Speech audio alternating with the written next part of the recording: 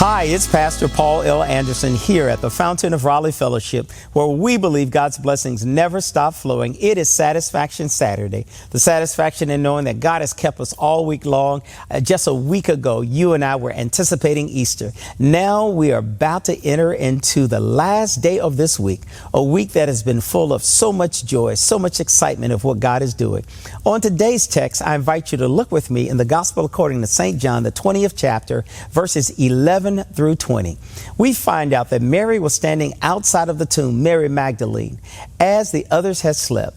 And we find out that she comes to the tomb. She stoops and she looks in, and she sees two men that are in white robes. These are angels, one standing at the head and one standing at the foot. When they appear unto Mary Magdalene, she begins to wonder what in the world is going on. See, there were supposedly some guards that were standing watch to make sure that Jesus' body was not taken away. But she sees something that is so powerful.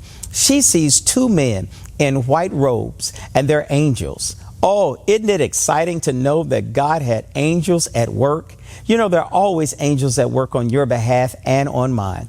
When she sees them, she leaves. She does not recognize what's going on. She sees that there's someone standing by, and she thought it was the gardener. It was Jesus, but she didn't recognize him. Jesus says something to her that is so powerful. He says, "Dear woman, why are you crying? And who are you looking for?" She thought he was the gardener, and she said, "They've taken away my Lord." Jesus said unto her, "Mary." It was then that she knew it was the Lord, because she knew nobody could call her name the way Jesus did. She yelled out Rabboni, which is in the Hebrew teacher. He tells her, "Mary, don't cling to me yet. I have yet ascended to the Father." You see, Jesus was resurrected. He was in his resurrected state. Mary didn't recognize him because she had so much else that was in front of her that she didn't even see Jesus for who he was. You know, I think that's the way it is with many of us. We don't recognize Jesus. He's standing right in front of us in his glorified presence, and we don't even know who he is. Why? Because we're so encumbered. We find ourselves so distracted with all the things that we thought went wrong, all the things that we thought didn't happen the way they were supposed to be, and how we can't find Jesus. But Jesus is right there all the time. You know, you and I, we oftentimes put so many things before Christ and before God, and God is standing right there, but we can't see him because we have obstacles in our way. But Jesus appears to Mary.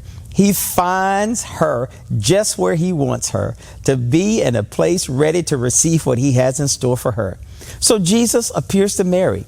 Then he appears to his disciples on that Sunday evening, and they looked and they could not understand what was going on. They were in locked doors because they were hiding themselves. They thought the Jewish leaders would come looking for them. But Jesus does something so powerful.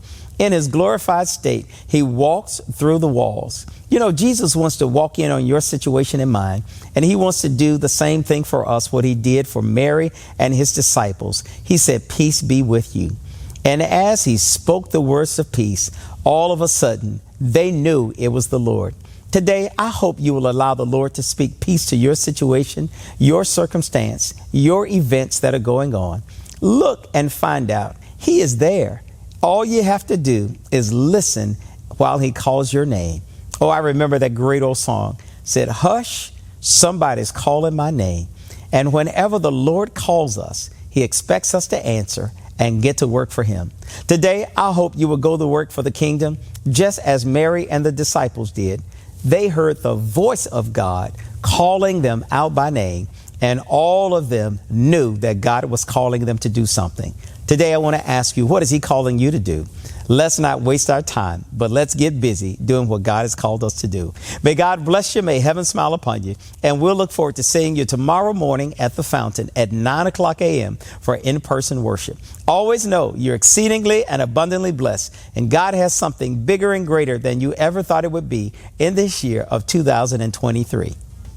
To sow a seed to the Fountain of Raleigh Fellowship, visit our newly redesigned website, thefountainofraleigh.org, and select Sow a Seed from the homepage. Also, giving has been made easier with the new Fountain of Raleigh app, available now in the Apple App Store and Google Play Store.